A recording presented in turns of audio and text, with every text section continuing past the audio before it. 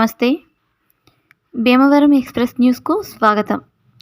ఈరోజు వార్తల్లో ముఖ్యాంశం ఏమిటంటే, పశ్చిమ గోదావరి జిల్లా భీమవరం కేంద్రంలో ఉన్న కలెక్టరేట్ కార్యాలయాన్ని మరో చోటకు తరలించే ప్రయత్నాన్ని ప్రజా ఉద్యమాలతో అడ్డుకుంటామని ఆంధ్రప్రదేశ్ శాసన మండలి చైర్మన్ కొయ్యే మోషేనరాజు తీవ్ర హెచ్చరికలు చేశారు. ఈరోజు భీమవరంలోని తన నివాసంలో మీడియా సమావేశం ఏర్పాటు చేసి దీనిపై సమగ్రంగా వివరించారు. నమస్కారం. ఈ రోజున మాట్లాడేటటువంటి విషయాలు కానీ సందర్భం కానీ రాజకీయాలకు కానీ వ్యక్తులకు కానీ లేకపోతే వ్యక్తిగత విషయాల మీద కానీ కాదని చెప్పి నేను తెలియజేసుకుంటాను. ఏ రాజకీయ పార్టీకి లేకపోతే విమర్శించటం కానీ ఒక రాజకీయ పార్టీ కోసం మాట్లాడటం కానీ కాదు. ఇది భీమవరం పౌరుడిగా, భీమవరంతో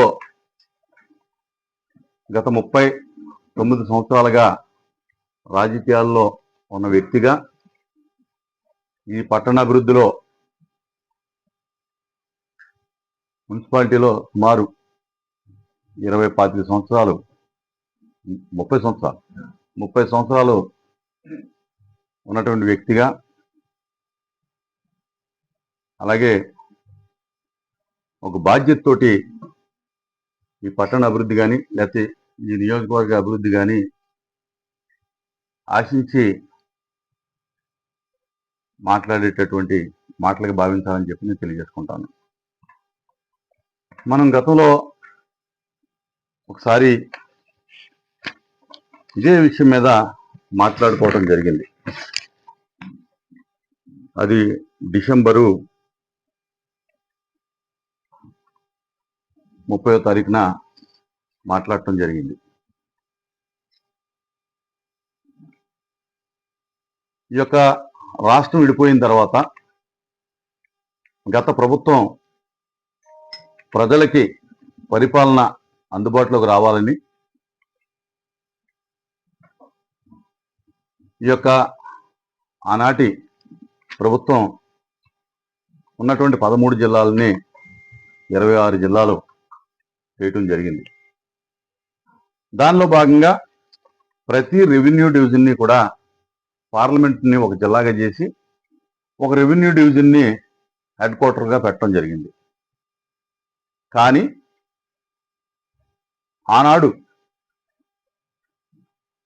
ఆనాటి ముఖ్యమంత్రి గారితో మాకున్నటువంటి సాన్నిహిత్యంతో, అలాగే ఈ యొక్క నరసాపురం పార్లమెంట్లో భీమవరం సెంటర్ పాయింట్గా ఉంటుందనే ఉద్దేశంతో ఆయన్ని ఒప్పించి జిల్లా కేంద్రంగా భీమవరాన్ని పెట్టడం జరిగింది.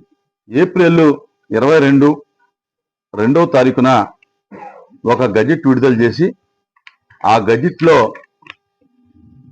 నరసాపురం భీమవరాన్ని రెవెన్యూ డివిజన్లుగా చేస్తూ 19 మండలాలని ఒక జిల్లాగా ఏర్పాటు చేయడం జరిగింది.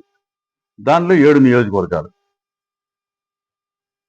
ఆ సందర్భంలో నరసాపురంలో ఉన్నటువంటి ప్రజాప్రతినిధులు కానీ రాజకీయ పార్టీలు కానీ పెద్ద ఎత్తున ఉద్యమం చేయడం జరిగింది. రాష్ట్రంలో ఉన్నటువంటి అన్ని రెవెన్యూ డివిజన్లు కూడా జిల్లా హెడ్ క్వార్టర్స్గా పెట్టి మా నరసాపురాన్ని హెడ్ క్వార్టర్గా పెట్టలేదు అని మార్చడం కుదరదని చెప్పి చాలా ఉద్యమం చేశారు, మీ అందరికీ తెలుసు. కానీ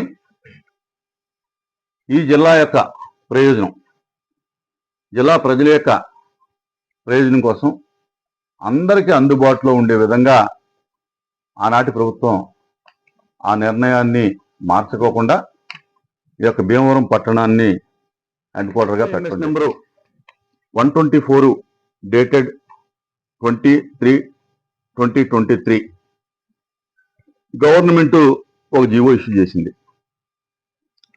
ఆ యొక్క జిల్లా కేంద్రాన్ని ఏర్పాటు చేసి ఆ యొక్క జిల్లా కేంద్రంలో ఒక ఇంటిగ్రేటెడ్ కలెక్టరేటు, హెడ్ క్వార్టర్స్ అన్ని కట్టడానికి భవనం నిర్మాణం కోసం అని చెప్పి ఈ యొక్క జీవోని విడుదల చేయడం జరిగింది 124ని.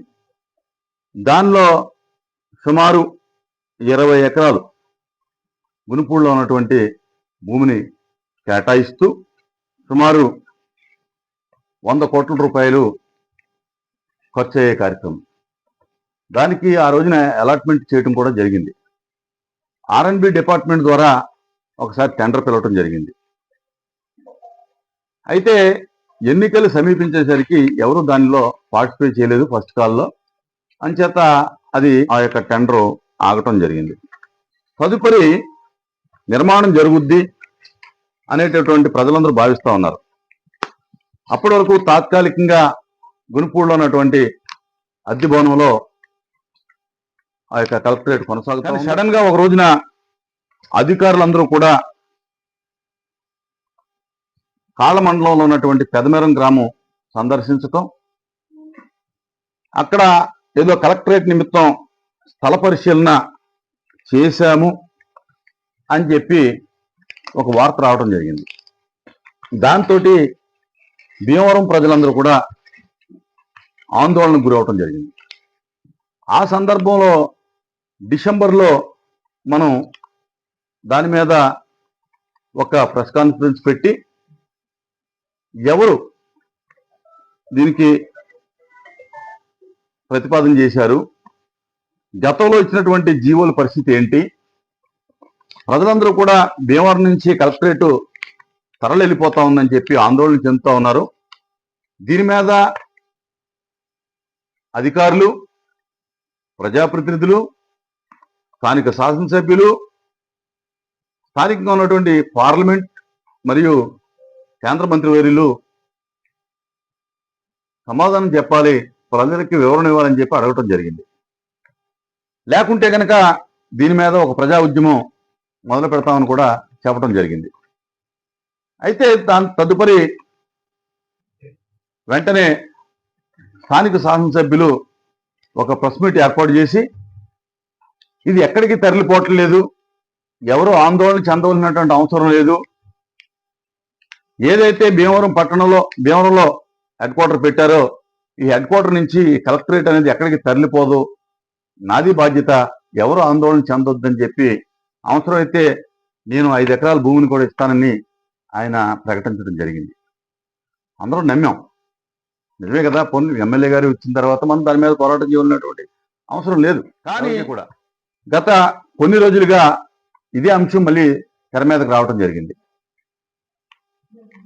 ఉండి శాసనసభ్యులైనటువంటి డిప్యూటీ స్పీకర్ గారు ముఖ్యమంత్రిని కలవటం, ఆ సందర్భంలో ముఖ్యమంత్రి గారిని ఇంటిగ్రేటెడ్ కలెక్టరేట్కి శంకుస్థాపనకు మీరు రావాల్సిందిగా కోరుతున్నామని చెప్పి ఆయన కోరినట్టుగా పత్రికల్లో మాత్రమే చూడటం జరిగింది.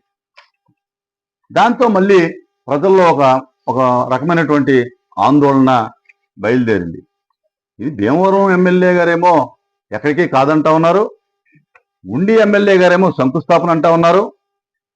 ఈ కన్ఫ్యూజన్ ఏంటి అనేటటువంటి ఆలోచన చేయటం జరుగుతూ ఉంది. అయితే ఏదైతే 20 ఎకరాలు గునుపూడిలో ఇచ్చినటువంటి జీవో 124 ఏమైంది లేదు, ఉండి శాసనసభ్యులు చెప్పినట్టుగా పెదమెరం గ్రామంలో ఆయన ఏదైతే శంకుస్థాపన చేయాలని ప్రతిపాదన చేస్తా ఉన్నారో దానికి ఏమన్నా ప్రభుత్వం నుంచి ఉత్తర్వులు వచ్చాయా అనేటటువంటిది ప్రజలకి తెలియవలసినటువంటి అవసరం ఉంది. ఒకవేళ అటువంటి ఉత్తర్వులు కనుక వచ్చుంటే అది ఎట్టి పరిస్థితుల్లో కూడా చెల్లుబాటు కాదు. ఎందుకు కాదంటే ఆయన చెప్పేటటువంటి పెదమెరంలో ఉన్నటువంటి 3.5 ఎకరాలు కూడా irrigation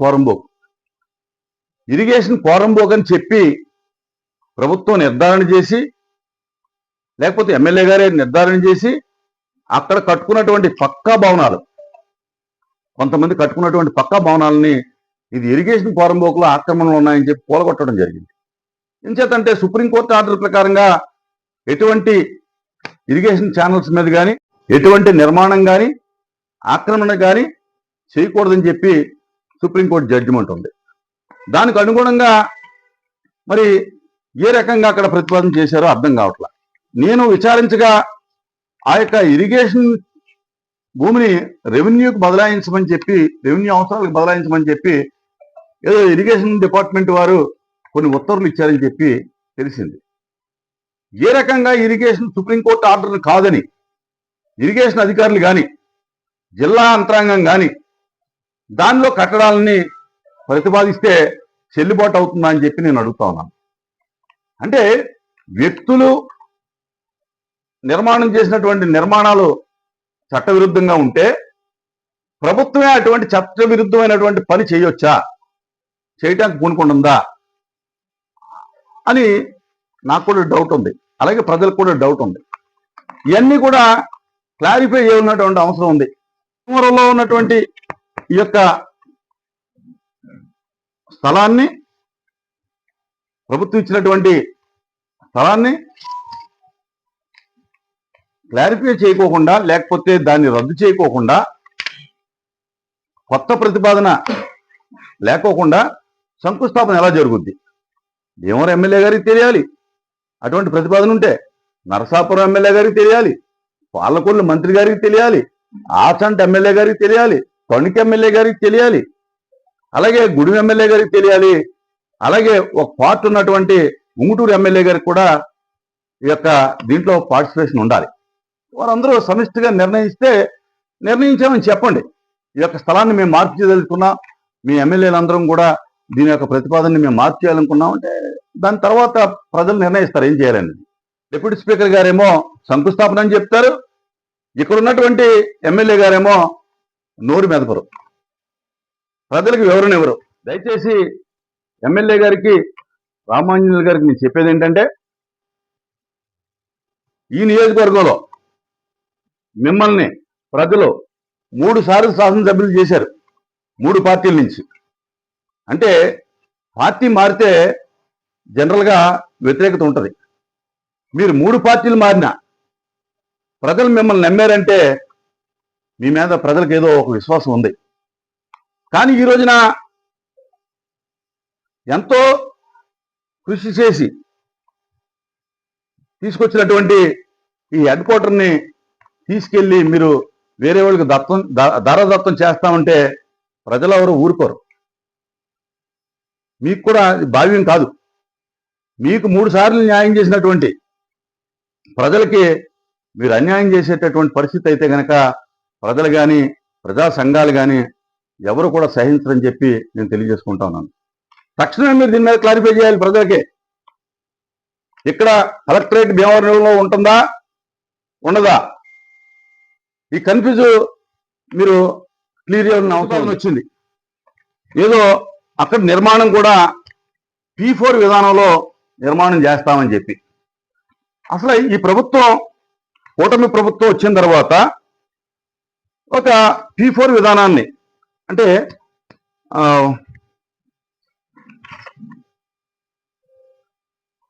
public private peoples partnership, వీళ్ళందరూ కూడా భాగస్వామ్యంతో ఒక కార్యక్రమాన్ని, ఓ మంచి కార్యక్రమాన్ని రూపొందించడం జరిగింది. దీంట్లో P4 పాలసీలో ఏంటంటే గృహాలు, పారిశుద్ధ్య సౌకర్యాలు, కుళాయి కనెక్షన్లు, LPG గ్యాసులు, అలాగే ప్రజలకు సంబంధించినటువంటి, పేదలకు సంబంధించినటువంటి ఆ యొక్క ఇళ్ళు, వాళ్ళ యొక్క విద్య, వాళ్ళ కెరియర్, వాళ్ళు మెరుగుపరుచుకోవడానికి కెరియర్కి సంబంధించింది, వృత్తిపరమైనటువంటి నెట్వర్క్కి సంబంధించినటువంటి సహకారం, అలాగే ప్రజలు చదువుకోవడానికి ఏదైనా ట్యూషన్ ఫీజులు కానీ, వ్యాపారాలకు మూలధనం కానీ, సమాజ స్థాయిలో మౌలిక సదుపాయాలు, ఎక్కడైనా కమ్యూనిటీ హాల్స్ కానీ, లేకపోతే ఇతర ప్రజలకు అవసరమైనటువంటి విషయాలు కానీ, వాటి మీద P4 పనిచేయాలని చెప్పి గైడ్లైన్స్ ఉన్నాయి. అది కూడా ఏంటంటే సమాజంలో ఉన్నటువంటి 20% పేద వర్గాలకి, ధనికులైనటువంటి 10% సహాయం చేయాలి అనేటటువంటి కాన్సెప్ట్ ముఖ్యమంత్రి గారు పెడితే, ఈ రోజున ప్రభుత్వ కార్యాలయాలు P4 విధానంలో కడతామనేది చాలా హాస్యాస్పదం. అసలు P4 విధానానికి P4 గైడ్ లైన్స్ కి ఇప్పుడు చెప్పేటటువంటి విధానానికి ఏమాత్రం పొంతం లేదు. అసలు దీని మేకల వర్గాలు, అట్టడుగున్నటువంటి వర్గాలు ఏ విధంగానూ అభివృద్ధికి నోచుకోని విధానాలని సమాజంలో ఉన్నటువంటి కొంతమంది వ్యక్తులు కానీ, ప్రజాప్రతినిధులు కానీ, ప్రభుత్వ అధికారులు కానీ, పారిశ్రామిక నాయకులు కానీ, దాతలు కానీ వీరిని సమాజాన్ని అభివృద్ధి చేయడానికి ఈ P4 విధానాన్ని వాడాలి తప్ప ప్రభుత్వ కార్యాలయాలను నిర్మించడానికి P4ని వాడటం అంటే డబ్బులు ఉన్నటువంటి వ్యక్తులు ఈ రోజున ఎక్కడో ఉన్నటువంటి కార్యాలయాల్ని, ప్రభుత్వ సంస్థల్ని డబ్బులు పెట్టుబడి పెట్టి వారు ఉండేటటువంటి ఏరియాకి తరలించకపోవచ్చా అని చెప్పి నేను అడుగుతా ఉన్నాను. ఈ విధానాన్ని కనుక P4లో కనుక ఇదే విధానాన్ని కొనసాగిస్తే డబ్బు ఉన్నటువంటి ప్రతి వాళ్ళు కూడా P4లో ఇన్వాల్వ్ అయ్యి ప్రభుత్వ కార్యాలయాలు లేకపోతే ప్రభుత్వ సంస్థలు వారి ప్రాంతానికి తీసుకెళ్లే పరిస్థితి ఉంటుంది. కనుక ఈ P4 అనేది ఈ యొక్క ప్రభుత్వ కార్యాలయాలు నిర్మించడానికి వాడటానికి కూడా ఎట్టి పరిస్థితుల్లో కూడా అవకాశం లేదు. ఆ గైడ్ లైన్స్ లో కూడా అటువంటి విధానాలు లేవని చెప్పి శాసనసభ్యులకి ఆ యొక్క కేంద్ర మంత్రివర్యులకు కూడా నేను తెలియజేసేది ఏంటంటే, మీరు ప్రజలకి సమాధానం చెప్పండి, అలాగే ప్రజలకు వివరణ ఇవ్వండి. ప్రతిసారి ఇది ఒక కాంట్రవర్సీ సబ్జెక్ట్ కింద ప్రజల భయాందోళనకు గురయ్యే విధంగా మీరు చేయొద్దని చెప్పి ఖచ్చితంగా మీరు ఈ భీమవరం నియోజకవర్గ ప్రజలకి అలాగే ఈ జిల్లా ప్రజలకు కూడా మీరు ఖచ్చితమైనటువంటి వివరణ ఇవ్వాలి. దీని మీద మీరు ప్రకటన చేయాలని చెప్పి నేను తెలియజేసుకుంటా ఉన్నాను. ముఖ్యమంత్రి గారికి కూడా నేను విన్నవించుకుంటా ఉన్నాను. ఎంతో ప్రతిష్టాత్మకమైనటువంటి ఈ భీమవరం పట్టణం సెకండ్ బార్డోలిగా స్వాతంత్ర సమరంలో పాల్గొన్నటువంటి ఈ ప్రాంతం, అలాగే అనేక మంది స్వాతంత్ర సమరయోధులు, అనేక మంది రాజకీయ నాయకులు ఉన్నటువంటి ఈ ప్రాంతంలో ఇటువంటి కన్ఫ్యూజన్ అనేది కరెక్ట్ కాదు. మీరు ఒకసారి ఎస్టాబ్లిష్ అయినటువంటి ఈ వ్యవస్థని ప్రతిసారి మార్చడం వల్ల చాలా ఇబ్బందులు, పరిపాలనాపరమైనటువంటి ఇబ్బందులు చాలా ఉంటాయి. కనుక ఖచ్చితంగా ఏదైతే 124 జీవో ప్రకారంగా ఆ యొక్క 20 ఎకరాల స్థలాన్ని ఇచ్చారో ఆ స్థలంలో నిర్మాణం చేయాలి. అలా కాదని కనుక స్థానికంగా ఉండేటటువంటి ప్రజాప్రతినిధులు కానీ ప్రభుత్వం కానీ నిర్ణయం తీసుకుంటే ఇది భీమవరం ప్రజలు ఊరుకోరు. ఇది ఒక ప్రజా ఉద్యమంగా ప్రజలుతుందని చెప్పి నేను తెలియజేసుకుంటాను. అలాగే ప్రజలకు కూడా నేను అప్పీల్ చేస్తా ఉన్నాను. ఇది ప్రజల బాధ్యత. అవగాహన చేసుకుని ప్రజలు ముందుకు రావాలి. ఈ ప్రాంతం నుంచి కలెక్టరేట్ వెళ్ళిపోతా ఉంటే భీమవరం నియోజకవర్గ ప్రజలు మరి మౌనంగా ఉంటే అది మంచిది కాదు, అన్యాయం జరుగుద్ది. కనుక అలా కాకుండా ఈ నియోజకవర్గ ప్రజలు, సేవా సంఘాలు కానీ లేకపోతే ప్రజా సంఘాలు కానీ రాజకీయ పార్టీలు కూడా, ఇది ఏ పార్టీకి సంబంధించినటువంటి విషయం కాదు, ఏ పార్టీకి సంబంధించినటువంటి విధానం కాదు. ఖచ్చితంగా ఈ నియోజకవర్గంలో ఉన్నటువంటి అన్ని రాజకీయ పార్టీలు కూడా అవసరమైతే దీని మీద స్పందించాలి, అవసరమైతే ప్రజా ఉద్యమాలకి మరి ముందుకు రావాలని చెప్పి తెలియజేసుకుంటూ, ఖచ్చితంగా ఈ భీమవరంలో ఈ యొక్క కలెక్టరేట్ కనుక తరలి వెళ్ళిపోతే చూస్తూ ఊరుకోమని చెప్పి ప్రజా ఉద్యమంలో అందరం కూడా పార్టీలకు అతీతంగా పాల్గొంటాం. దీన్ని నిలబెట్టుకోవటానికి మేమందరం కూడా కృషి చేస్తామని చెప్పి తెలియజేసుకుంటూ, మరొక్కసారి స్థానిక శాసనసభ్యులు దీనికి బాధ్యత వహించాలి. మౌనం సమాధానం కాదు. ఖచ్చితంగా మరొక్కసారి చెప్తా ఉన్నాను, ఈ నియోజకవర్గ ప్రజలు 3 సార్లు మిమ్మల్ని ఎమ్మెల్యేగా 3 పార్టీల నుంచి నెగ్గించారు. కానీ మీరు మౌనం, మరి ఈ నియోజకవర్గానికి అన్యాయం జరుగుద్ది, చరిత్రలో మీరు మరి అన్యాయం చేసినటువంటి వ్యక్తిగా ఈ నియోజకవర్గానికి న్యాయం చేస్తారని ప్రజలు నమ్మితే మీరు అన్యాయం చేయడానికి మరి పూనుకుంటున్నారా అని చెప్పి ప్రజలు మరి భావించే పరిస్థితి ఉంటుంది. ఒకవేళ కనుక ఆ యొక్క కలెక్టరేట్ తరలి వెళ్తే కనుక మీకంటే ఈ నియోజకవర్గానికి అన్యాయం చేసినటువంటి వ్యక్తి మరొకరుండని చెప్పి సందర్భంగా తెలియజేసుకుంటూ, ఖచ్చితంగా ప్రజలందరూ కూడా ఈ యొక్క సబ్జెక్ట్ మీద ఖచ్చితంగా అవేర్నెస్ తో ఉండాలి. ప్రజా ఉద్యమాలకి మరి మీరందరూ కూడా సమాయత్తం కావాలని చెప్పి అన్ని ప్రజా సంఘాలని, అన్ని రాజకీయ పార్టీలని, ప్రజలందరినీ కూడా నేను కోరుకుంటూ ముగిస్తాను.